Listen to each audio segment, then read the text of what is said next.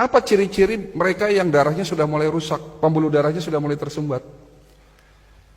Ya kaki gampang kesemutan, gampang baal, kebas-kebas, kalau di kepala yo sering migrain, leher kenceng, tubuh lemah, kalau terjadi sumbatan di jantung akan nyeri dada, sesek dan seterusnya. Itu menunjukkan bahwa sudah terjadinya kerusakan darah dan pembuluh darah. Pertanyaannya lagi, apa yang menyebabkan kerusakan darah dan pembuluh darah sehingga terjadinya kerusakan di sel-sel kita? Penyebabnya karena faktor radikal bebas. Tolong ini diperhatikan, ini penting sekali ilmunya. Radikal bebas. Radikal bebas itu satu molekul yang kehilangan pasangan elektronnya, sangat reaktif, kalau nempel di sel, sel kita rusak. Entah itu sel darah merah, entah itu sel darah putih, di mana sel darah putih kita tahu sebagai antibodi tubuh kita, entah itu di pembuluh darah.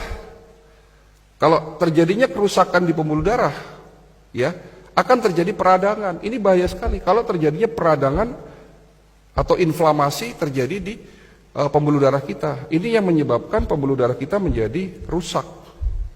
Yang pada akhirnya kolesterol, zat-zat sisa itu mengendap di tempat terjadinya peradangan tadi.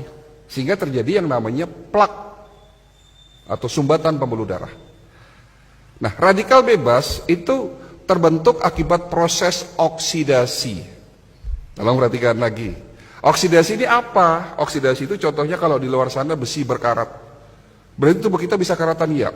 Proses oksidasi terjadi secara alami, Bapak Ibu sekalian. Bisa kita bernafas, beraktivitas, saya berbicara, bahkan kita tidur terjadi proses oksidasi. Ya, karena manusia tidak bisa menghindari proses oksidasi, Allah sudah menciptakan obatnya ada dalam tubuh kita. Diproduksi tanpa Bapak Ibu sadari sejak kita kecil, ya, di saat kita lahir di dunia sampai nanti kita mati.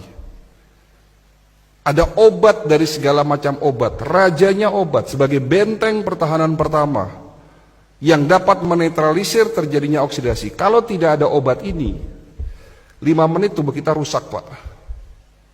Namanya antioksidan, betul. Kalau hari ini kita masih berkecimpung di vitamin, di antibodi, sudah ketinggalan zaman, Pak. Hari ini dokter-dokter di Eropa, di Amerika, penemu-penemu suplemen, itu bagaimana caranya menemukan satu antioksidan yang kembali lagi tujuannya untuk menetralisir terjadinya oksidasi agar tidak terbentuk yang namanya radikal bebas. Ini penting sekali. Antioksidan diproduksi dalam tubuh kita. Ada 2, glutathione dan superoksid dismutase. Glutathione itu rajanya antioksidan. Ya.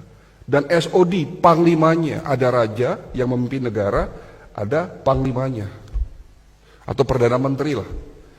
Jadi yang menjaga tubuh kita itu sesungguhnya bukan antibodi. Antibodi itu benteng pertahanan kedua, Pak. Benteng pertahanan pertama namanya antioksidan, glutathione dan superoksid dismutase. Namun setelah usia Bapak 40 tahun, produksi antioksidan, glutathione dan SOD menurun. Makanya itulah yang disebut tua. Menurunnya produksi antioksidan. Sehingga pada saat usia 40 tahun dan terus bertambah, terjadinya oksidasi yang tidak diimbangi dengan produksi antioksidan, sehingga terbentuk yang namanya radikal bebas. Dan radikal bebas inilah yang mulai merusak pelan-pelan sel-sel tubuh kita. Sudah mulai jelas ya, Pak? Sudah mulai jelas ya? Oke. Tapi Allah Maha Baik. Allah bukan hanya menciptakan antioksidan dalam tubuh kita, tapi juga sudah menyiapkan plan B-nya.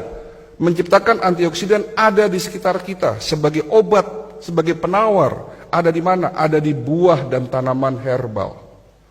Yang di mana antioksidan itu disebut sebagai prajurit-prajurit antioksidan. Jenisnya ada ratusan. Contoh, resveratrol, antioksidan yang dapat mencegah dan mengobati penyakit darah dan jantung, stroke. Ada di buah yang berwarna merah keungu-unguan. Buah apa itu? Anggur, blueberry, strawberry, buah delima. Terong bukan buah, Pak. Ya. Tapi ada juga buah yang banyak mengandung antioksidan resveratrol. Selain itu juga banyak mengandung antioksidan lainnya. Tapi mungkin buah ini dianggap sebelah mata oleh kita.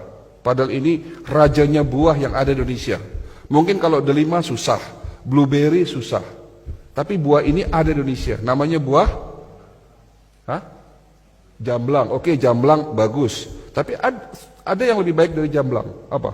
Buah manggis, Pak. Kapan terakhir makan buah manggis?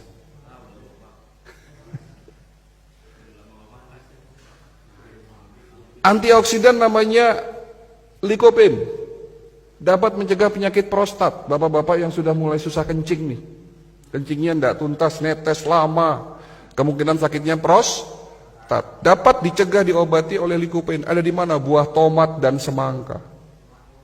Tomat dan semangka, makan tomat dan semangka tiap hari. Antioksidan namanya bromelin, dapat mencegah penyakit kanker, tumor payudara. Ada di mana? Buah nanas. Bilang sama ibunya di rumah kalau pengen tidak kena penyakit kanker payudara, makan nanas tiap hari. Dan nanas juga dapat mencegah penyakit osteoporosis karena mengandung kalsium yang sangat tinggi. Untuk mencegah penyakit Alzheimer atau pikun, makan buah alpukat. Untuk mencegah penyakit batu empedu, makan buah apel, dan semua buah mengandung prajurit-prajurit antioksidan. Siapa di antara Bapak Ibu yang setiap hari makan minimal 3 jenis buah-buahan? Siapa di antara Bapak Ibu yang dalam waktu 1 minggu tidak makan goreng-gorengan? Siapa di antara Bapak Ibu yang di rumahnya tidak punya mie instan? Yang di rumahnya tidak punya mie instan, tunjuk tangan. Dan siapa di antara Bapak Ibu yang sudah meninggalkan gula pasir? Inilah jawaban kenapa masyarakat kita banyak yang sakit. Sementara Allah sudah memberikan berkah luar biasa kepada bangsa kita. Betul? Iklim terbaik, tanah paling subur, produsen buah terbesar di dunia, dan produsen tanaman obat terbesar nomor 2 di dunia. Ada 40.000 jenis tanaman obat yang belum kita manfaatkan secara benar. Ya. Antioksidan. Lalu bicara antibodi. Antibodi nggak usah dibahas lah, sudah terlalu kuno ya. Tapi itu juga penting, di mana benteng pertahanan kedua adalah antibodi. Dan benteng pertahanan ketiga, ya, proses yang paling penting dari semuanya itu adalah regenerasi sel. Kenapa penyakit diabetes nggak bisa sembuh-sembuh? Ya karena obat yang selama ini kita minum hanya sekedar nurunin gula. Tapi yang harus dilakukan, lakukanlah pengobatan secara holistik.